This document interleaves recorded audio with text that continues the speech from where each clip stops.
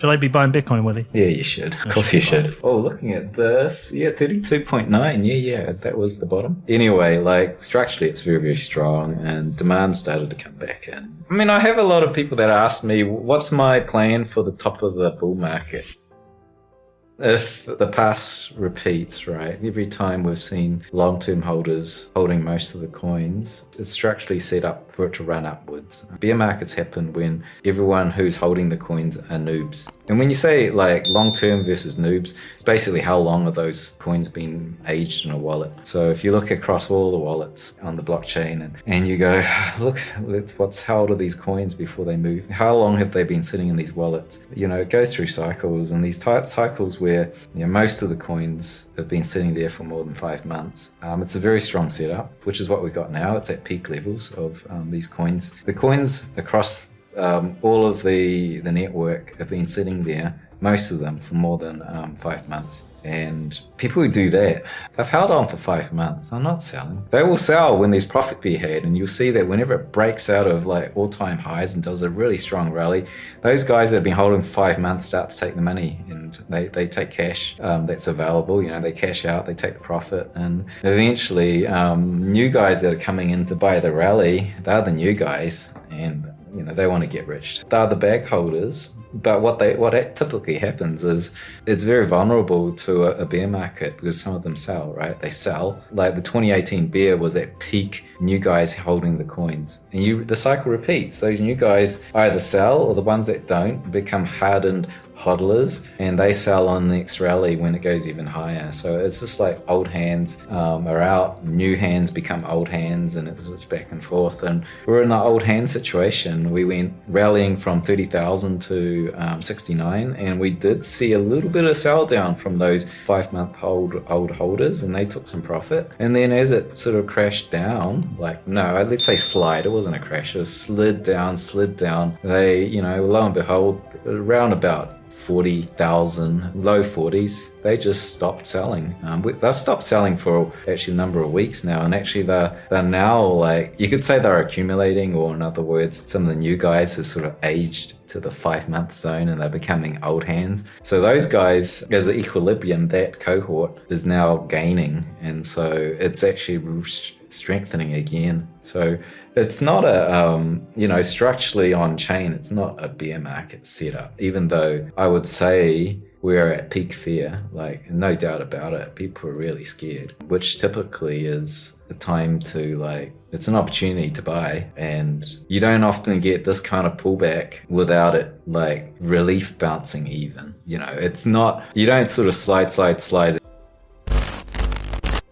and then capitulate with, we've come down from 69 to 33, and it'd be hard pressed to capitulate from 33 down to say 20, because that's like retracing something like a 2018 bear market over two and a half months instead of a year, right? Anyway, structurally it's very, very strong, and demand started to come back in. The hodlers that were slightly being dispirited by the futures traders selling down have stopped selling. They're rebounding now, and there's accumulation coming. The whales are now, and when I say whales, these are guys with more than 1,000 bitcoins. So I term a lot of those guys as potentially institutional investors. They're starting to flick over to buying, right? They peaked their selling in December. So you could say institutions were selling down in December, which is kind of a part of their normal cycle. They sell down, they redeploy in January. Looks like that started. The whales are coming in. Should I be buying Bitcoin, Willy? Yeah, you should. Of course you should.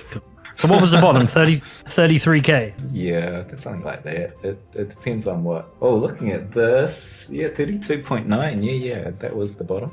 That demand started to come in. It started to come in a few days ago. Most of this week, demand started to come in, and for weeks on end, it was just toxic. It was just no demand. It was like divestment. It seems pretty cheap right now. I've said that this is the last cycle, which is the end of the 4-year cyclical thing that we're used to based on the halvening. And now we're in for shortened cycles, just to be contrarian. We had a cycle starting May, and that was run down, and we had another cycle that started in sort of, what was it? It was like November, as we sold down through December into January.